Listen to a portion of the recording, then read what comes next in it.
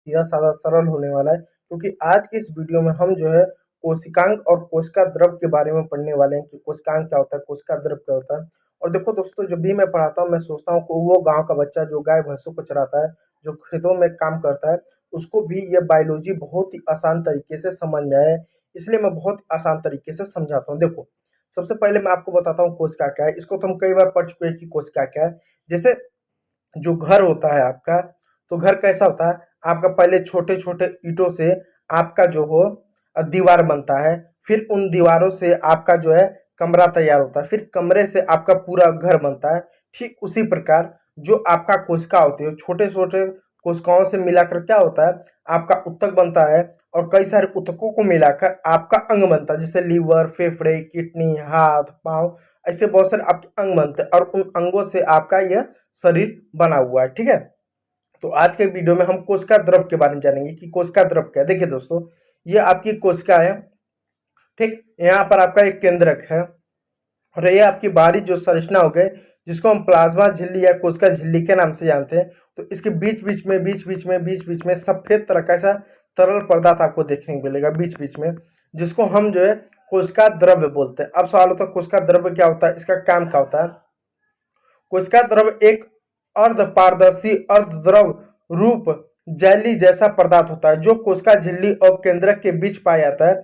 जो कोशिका झिल्ली और केंद्रक के बीच में पाया जाता है, जो कोशिका झिल्ली के और केंद्रकों क्या केंद्रकों के बीच में पाया जाता है, कोशिका झिल्ली और केंद्रकों के बीच में पाया जाता है। ये कोशिका के अंदर के सभी कोशिकांगों को घेर कर रखता है। ये क्या करता है, कोशिका द्रव जो होता है, कोशिका के अंदर जितने भी अंग है उनको चारों ओर से घेर के रखता है, जिससे क्या हो, उनका नुकसान ना हो। जैसे आपका जो शरीर होता है, आपके शरीर के अंदर बहुत सारे क्या होते हैं, अंग होते हैं, जैसे लीवर, फेफड़े, किडनी, अमाशय, हार्ट, इस तरह के अंग होते हैं। ठीक उसी प्रकार अगर आप एक कोशिका को देखो, तो कोशिका के अंदर कई सारे अंग होते हैं, तो अंगों के चारों ओर ये क्या, एक तरह से कोशिका द्रव पाया जाता है, जो बाकी कोशिकाओं से अलग करता है, एक तरह से सुरक्षा प्रदान करता है। ये देखिए मुख्य बिंदु, ये पानी, लवण, एंजाइम और जैविक अणुओं से बना होता है। और ये जो बना होता है किससे, पानी से बना होता है, लवण से बना होता है, एंजाइम से बना, और बहुत सारे जैविक अणुओं से बना होता है। इसमें कोशिका के सभी कोशिकांग तैरते हैं। और इसमें क्या होता है, कोशिका के जितने भी अंग हुए, जैसे माइक्रोकांडिया हो गया, गोल्गी उपकरण हो गया, या गोल्गी बॉडी कह लो, लाइसोसोम हो गया, माइक्रोकांडिया हो गया, जितने भी कोशिका के अंग होते हैं, सारे अंग इसी में तैरते रहते हैं, एक तरह से सुरक्षा करता है। कार्य क्या होता है, कोशिकांगों को स्थिरता प्रदान करता है। ये जो जीव द्रव होता है, ये क्या करता है, कोशिका को एक तरह से स्थिरता प्रदान करता है, रासायनिक क्रियाओं के माध्यम से उपलब्ध कराता है, और जो रासायनिक क्रियाएं होती है उनके माध्यम से चीजों को उपलब्ध कराता है। पोषक तत्व और अवशिष्टों का परिवहन करता है, और जितने भी पोषक तत्व है एक कोशिका के जितने अंगों तक ये पहुंचाता है, और जो अवशिष्ट होते हैं उनका परिवहन करता है, उनका निकासन करता है, जो अवशिष्ट हो गए, जो मलमूत्र हो गए, एक तरीके से ये काम कौन करता है, ये काम जो होता है जीव द्रव करता है। जैसे एग्जांपल यदि आप देखें, तो एक बूंद अमीबा में जो द्रव दिखाई देता है वो कोशिका द्रव है। यदि आप कभी भी एक अमीबा को देखें, तो अमीबा को देखें ना, तो उसके अंदर छोटी सी सफेद रंग की संरचना देखने को मिलेगा। तो छोटी सी जो सफेद रंग की जो संरचना एक बूंद देखने को मिलती है, वही क्या होता है, कोशिका द्रव होता है। मैं आपको यहाँ पे इमेज दिखाता हूँ, रुकिए। अब देखिए, ये आपका केंद्रक है। ये छोटा छोटा जो आता है ना, ये छोटा, ये तो केंद्रक के अंदर है, तो इसको केंद्रिका द्रव बोलते हैं। ठीक इसी प्रकार कोशिका के अंदर क्या होता है, कोशिका इसी तरह का द्रव होता है। ठीक, और इसी के अंदर कोशिका के सारे अंग होते हैं। अब जानते हैं कोशिकांग क्या होता है। कोशिकांग, जिसको सेल ऑर्गन्स बोलते हैं, क्या होता है, परिभाषा से देखिए। कोशिकांग वे विशेष संरचना होते हैं जो कोशिका के अंदर विशिष्ट कार्यों को करने के लिए होती है। यानी कोशिकांग वो विशिष्ट संरचना होती है जिसके अंदर कोशिका के विभिन्न अंग पाए जाते हैं, विभिन्न संरचनाएं पाई जाती हैं। ये कोशिका द्रव में तैरती रहती है, और ये कोशिका द्रव में तैरती रहती है जिससे सुरक्षा मिले, अपने कार्य अच्छे से कर सके। प्रत्येक कोशिकांग का अपना कार्य होता है, जैसे ऊर्जा का उत्पादन करना, प्रोटीन बनाना, निर्माण कराना। यानी जितने भी कोशिका के अंग होते हैं उसमें कुछ कोशिका ऐसी कोशिका जो कोशिका होंगी, उन कोशिका में कुछ ऐसे अंग होंगे जिनका अलग अलग कार्य होगा। कुछ ऐसी कोशिकांग होंगे जिनका काम होगा ऊर्जा का निर्माण करना। ऊर्जा, जैसे हमारे जो शरीर है, हमारे शरीर के जो विभिन्न अंग होता है ना, वो अलग अलग अंग का अपना काम होता है। जैसे हार्ट है, हार्ट के काम है क्या करना, मोटर की तरह। जैसे मोटर आपके घर में जो पानी ऊपर चढ़ाता है ना, ठीक उसी प्रकार जो आपका हार्ट होता है वो मोटर की तरह क्या करता है, जो रक्त को पंप कराता है, फिर किडनी हो गया, तो किडनी क्या करता है, शरीर को रक्त को शुद्ध करता है। फेफड़े क्या करता है, श्वसन का एक तरह से काम करता है। तो अलग अलग अंगों का अलग अलग अपना काम है। तो जितने भी अंग होते हैं उन अंगों को कार्य करने के लिए क्या चाहिए, ऊर्जा चाहिए। बिना ऊर्जा के तो क्या वो काम कर नहीं पाएंगे। तो ऊर्जा कहाँ से आता है, वो ऊर्जा कहाँ से आता है, ये जो कोशिकाएं होते हैं ना, वो कोशिकाएं ही ऊर्जा बनाती हैं। आप ऐसा समझ लो कि ये आपकी कोशिका है, बहुत सारी कोशिका आपकी मिलेंगी, ये आपकी कोशिका है। इस कोशिका के अंदर आपका एक ऐसा अंग होगा जो सिर्फ ऊर्जा बनाएगा, और बहुत सारी ऐसी कोशिकाएं मिलेंगी, बहुत सारी। तो आपका क्या एक ऊतक बन जाएगा। और जब बहुत ज़्यादा आपके ऊतक मिलने के बाद क्या आपका एक अंग बनेगा। अंग कोई भी बन सकता है, आपका हृदय बन सकता है, आपका किडनी बन सकता है, आपका लीवर बन सकता है, आपका फेफड़ा बन सकता है। कोई भी एक अंग बनेगा। अब जो अंग बनेगा शरीर का, वो कुछ ना कुछ काम करेगा। जैसे मान लिया आपका हार्ट बन गया, अब हार्ट बन जाएगा तो आप खून को क्या मोटर पंप की तरह वो पंप करता है, एक तरह से कार्य करता है, पूरे शरीर में खून को दौड़ाता है। ठीक। तो अब वो हार्ट काम करेगा तो उसके लिए ऊर्जा चाहिए। तो ऊर्जा कहाँ से आएगा, इन कोशिकाओं के अंदर जो कोशिकांग है वो ऊर्जा बनाएगी। और ऊर्जा बनाएगी तो एक कोशिका तो है नहीं, बहुत सारी कोशिकाओं का समूह है। तो और ज्यादा ऊर्जा मिलेगी, फिर और ज्यादा ऊर्जा मिलेगी तो उसे ऊतक बना, उसी से आपका जो कि वो हृदय बना है। तो हृदय को वहां से ऊर्जा मिलेगी। ठीक है। तो इससे आपका हृदय हुआ, फेफड़े हुआ, किडनी हुआ, वो सारे के सारे अंग क्या करेगा, काम करेगा। तो जो कोशिकांग होता है उनका अपना अपना काम होता है, जैसे ऊर्जा का उत्पादन करना, प्रोटीन का निर्माण करना आदि कार्य होगा, जिसको आगे हम थोड़ा विस्तार से पढ़ेंगे। देखिए, कुछ कोशिकांग केवल पौधों में होते हैं, और कुछ ऐसे कोशिकांग होते हैं, कुछ ऐसे कोशिका के अंग होते हैं जो सिर्फ पौधों में पाया जाता है। और जैसा कि मैंने पहले वीडियो में आपको बताया था ना, कि जो जितने भी इस पृथ्वी पर जीव जंतु है, कीड़े हैं, मकोड़े हैं, पेड़ है, पौधे हैं, सब कोशिका से बने हुए हैं। अब कोशिका को जो कि दो भागों में बांटा गया है, आपका जो पादप कोशिका और जंतु कोशिका। तो जो जंतु कोशिका है उसका अपना अलग कोशिका के अंग होंगे, और पादप कोशिका के अपने अलग अंग होंगे। इस बात को याद रखिएगा। हो सकता है कुछ ऐसे कोशिका के अंग होंगे जो केवल पादपों में यानी पेड़ पौधों में पाए जाए, वो जानवरों या इंसानों में ना पाए, नहीं मिलेगा। और कुछ ऐसे कोशिका के अंग होंगे जो सिर्फ इंसानों में पाए जाए, जानवरों में नहीं, इंसानों में पाए जाए, पेड़ पौधों में नहीं पाया जाएगा। जैसे एग्जाम्पल क्लोरोप्लास्ट ले लीजिए, जबकि कुछ सभी, जैसे क्लोरोप्लास्ट ले लीजिए, ये जो क्लोरोप्लास्ट है ये केवल पेड़ पौधों में पाया जाता है। क्लोरोफिल ले लीजिए, ये सिर्फ किसमें पाया जाता है, सिर्फ पेड़ पौधों में पाया जाता है, इंसानों में, जानवरों में नहीं पाया जाता। ठीक है, आगे देखिए। जबकि कुछ यूकेरियोटिक कोशिका में भी पाए जाते हैं, जैसे माइक्रोकांडिया। ठीक है, आगे देखिए। मुख्य कोशिकांगों के उदाहरण और उनके कार्य, यानी कुछ प्रमुख कोशिकाओं के नाम देख लिए। कोशिका कार्य, उदाहरण न्यूक्लियस, यानी सबसे पहले जो आपका ये कोशिका अगर आप देखेंगे, या आपका कोशिका, तो कोशिका में कई सारे अंग होते हैं, उनमें से एक अंग होता है कोशिका का जिसको हम केंद्रक बोलते हैं। तो केंद्रक होता है, केंद्रक का क्या क्या होता है, केंद्रक का काम होता है अनुवांशिक जानकारी का भंडारण करना, नियंत्रण करना। और डीएनए यहीं पर पाया जाता है, आरएनए यहीं पर पाया जाता है, प्रोटीन कहीं ना कहीं इस तरह से इधर ही बनता है। अनुवांशिक जानकारी का संग्रहण केंद्रक में होता है। फिर अगला आता है माइक्रोकांडिया, इसके बारे में विस्तार से पढ़ेंगे। माइक्रोकांडिया क्या होता है, माइक्रोकांडिया ऊर्जा उत्पादन करता है, कोशिका का पावर हाउस कहा जाता है। यानी जो आपका शरीर के लिए जो ऊर्जा चाहिए वो माइक्रोकांडिया में ही बनता है। फिर राइबोसोम जो प्रोटीन निर्माण करता है मुक्त रूप से। अब देखिए, जो ये आपका जो राइबोसोम होता है ना, प्रोटीन निर्माण करता है। और प्रोटीन का काम क्या होता है, जो हमारा शरीर है इसका मरम्मत करता है। जैसे मान लिया आपका शरीर है, कहीं पर कट गया, कहीं पर जल गया, कहीं पर चोट उठ लग गया, तो जो शरीर का जो मरम्मत करने का काम करता है ना, वो प्रोटीन से ही होता है। यानी आपका कहीं पर शरीर कट जा रहा, जितना जल्दी मरम्मत होगा उतना आपके शरीर में जल्दी प्रोटीन बना, और जितना लेट प्रोटीन बनेगा उतना जल्दी आपका शरीर में कहीं पर चोट लगा रहेगा, जला रहेगा, उसको घाव को ठीक होने में समय लगेगा। तो प्रोटीन की वजह से ही उसको होता है। ठीक है। एंडोप्लाज्मिक रेटिकुलम जिसको ईआई बोलते हैं, कुछ पदार्थों में परिवहन करने का एक तरह से काम करता है। और जो आपका एंडोप्लाज्मिक जो रेटिकुलम होता है, ये प्रोटीन और स्मूथ का क्या करता है, जो लिपिड होता है उसका परिवहन करता है, पूरे कोशिका में परिवहन एक तरह से करता है, ताकि सबको मिले और सभी लोग अपना कार्य कर सकते हैं। फिर उसके बाद आपका गोल्जी बाटी आता है, इधर देखिए। गोल्जी बाटी आता है जो संशोधित करता है पैकेजिंग प्रोटीन का, और संशोधित करता है। गोल्जी बाटी आता है जो शरीर को शुद्ध रखने का एक तरह से संशोधित करता है प्रोटीन को और वसा का अन्य चीजों को। इसको विस्तार से पढ़ेंगे। ठीक है। लाइसोसोम अवशिष्ट पदार्थों का विघटन कोशिका में साफ सफाई करने में। और जो लाइसोसोम होता है वो क्या करता है, जो कोशिका होता है जिसका अपना कार्य होता है, जैसा आपका शरीर होता है तो शरीर में बड़े से आपके अंग होंगे जो क्या करता है, एक तरह से सफाई करने का काम करता है, जो अपशिष्ट को निकालता है। अब जैसे इंसान होता है, वो भोजन करेगा, ऊर्जा शरीर मिलेगा, उसको मलमूत्र के माध्यम से, पसीने के माध्यम से और भी तरीके से क्या करता है, उसको निकालता है।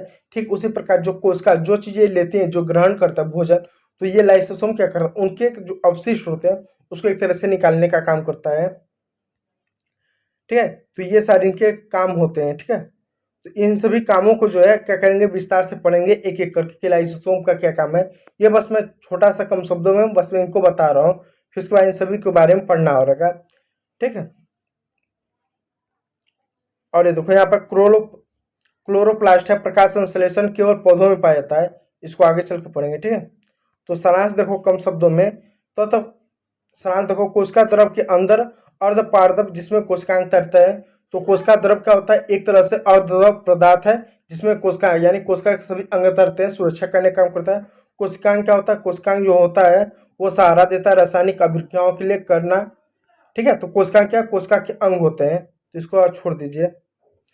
ठीक है, तो कोशिकांग क्या होता है, कोशिका के अंग होते हैं जिनका निम्नलिखित काम होता है। यहाँ देख सकते हैं शॉर्ट में लिखा हुआ, यहाँ पर निम्नलिखित काम होते हैं, जैसे ऊर्जा उत्पादन करना, प्रोटीन निर्माण करना, सफाई करना, माइक्रोकांडिया, न्यूक्लियस, राइबोसोम, ये इत्यादि कोशिका के अंग होते हैं। ठीक है, तो चलिए सबसे पहले इसके बारे में पढ़ते हैं। आप देखिए, ये जो आपका कोशिका है, तो कोशिका में आपका यहाँ पर एक केंद्रक हो जाता है, और केंद्र के जस्ट बगल में आपका इस तरह के अंतर्द्रव्य जालिका आपको देखने को मिलती है, जो कोशिका का आपका एक अंग है। तो आज ये अंतर्द्रव्य जालिका के बारे में पढ़ने वाले कि अंतर्द्रव्य जालिका क्या होती है, उसके बारे में पढ़ेंगे। तो अंतर्द्रव्य जालिका क्या होती है, इसकी परिभाषा देखिए। अंतर्द्रव्य जालिका एक जलीनुमा झिल्लीदार संरचना होती है जो कोशिका के कोशिका द्रव में पाई जाती है। ये कोशिका के अंदर पदार्थों के परिवहन, संश्लेषण तथा भंडारण में सहायक होती है। यानी दोस्तों, यदि आप कभी कोशिका को माइक्रोस्कोप से देखेंगे तो आपका यहाँ केंद्रक मिलेगा, जस्ट केंद्रक के बगल में ही आपको क्या है, ये अंतर्द्रव्य जालिका आपको मिलेगी, जिसका काम क्या होता है, इसका काम सिर्फ इतना होता है कि पदार्थों का परिवहन करता है, यानी जो कोशिका खाएगी, खाने पीने की जो चीजें हो उसका परिवहन करना, और जो पेड़ पौधे होते हैं उसके लिए संश्लेषण करना, और भोजन का एक तरह से भंडारण करना होता है। ये कौन करता है, ये आमतौर पे कोशिका के ये अंतर्द्रव्य जालिका में होती है। और देखो, ये अंतर्द्रव्य जालिका कुछ इस प्रकार की दिखती है। ये जो आपका दिख रहा है ना, ये अंतर्द्रव्य जालिका आप इस तरह दिखती है। और जो आपका अंतर्द्रव्य जालिका होती है, दो रूप में होती है। एक होती है खुदरी, इस तरह देख सकते हैं, ये छोटा छोटा पीला पीला जो भाग दिख रहा है, ये आपका राइबोसोम है। ठीक है, जो आपका अंतर्द्रव्य जालिका होती है, ये दो प्रकार का होता है। एक होता है खुदरी अंतर्द्रव्य जालिका, एक होता है चिकनी। तो जो खुदरी होगा उसमें क्या, राइबोसोम पाया जाता है, इस तरीके से देखो राइबोसोम पाया जाता है। और जो चिकनी होगा वो इस तरीके से होगा, उसमें राइबोसोम नहीं पाया जाता है। देखिए इस तरीके से।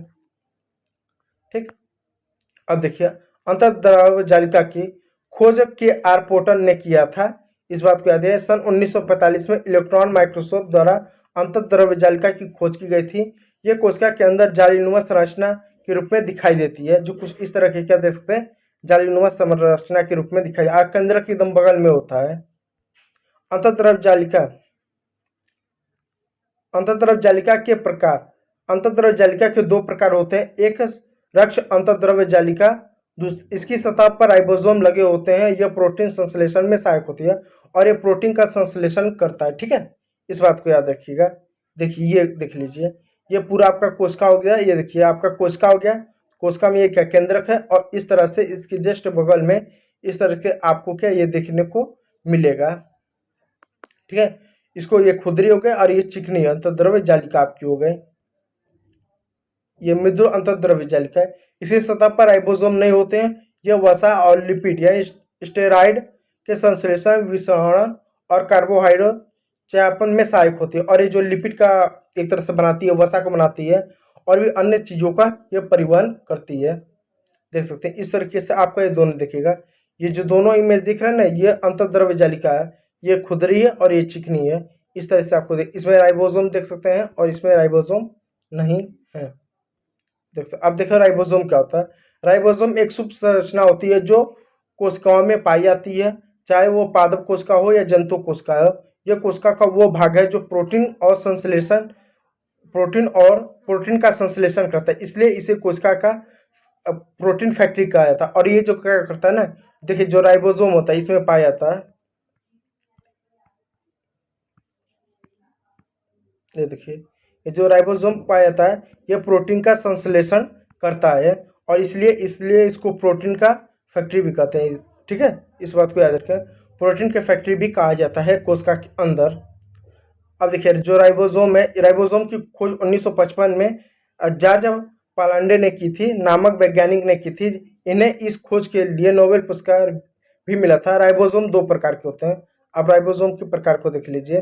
देखिए जो राइबोसोम होते हैं दो प्रकार के होते हैं। 170S राइबोसोम होते हैं, ये प्रोकैरियोटिक कोशिका जैसे जीवाणु में पाया जाता है। और दूसरा जो होता है 80 राइबोसोम होता है, ये यूकैरियोटिक कोशिकाओं में पाया जाता है, जैसे पौधे और जानवरों में पाया जाता है। ठीक, इस बात को याद रखिएगा।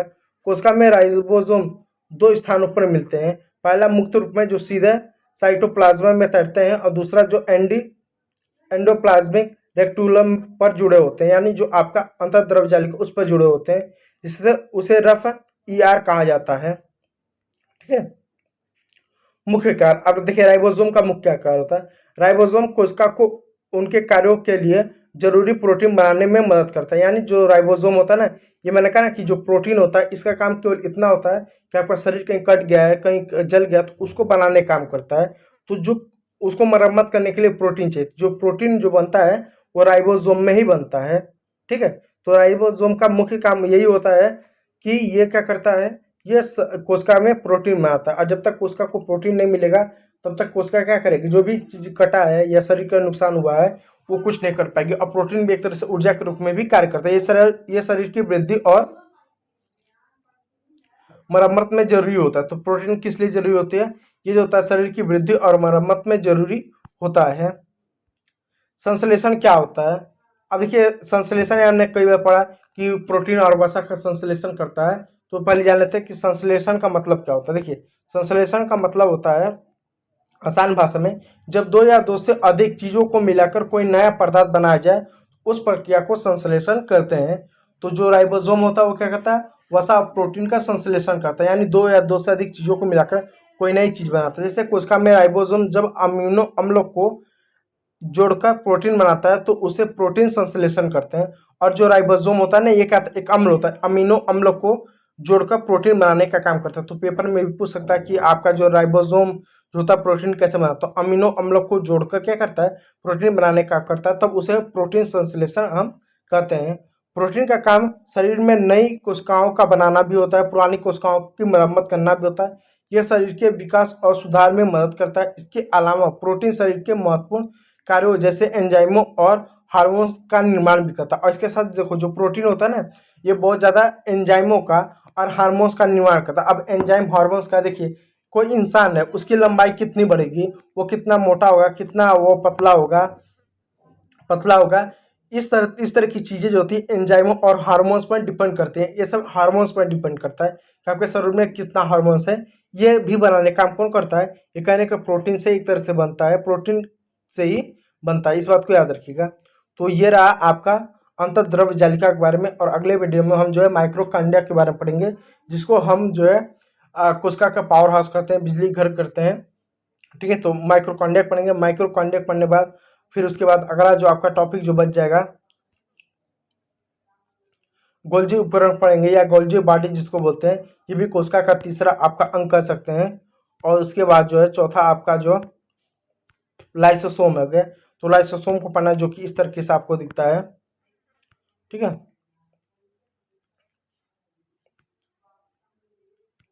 लाइसोसोम।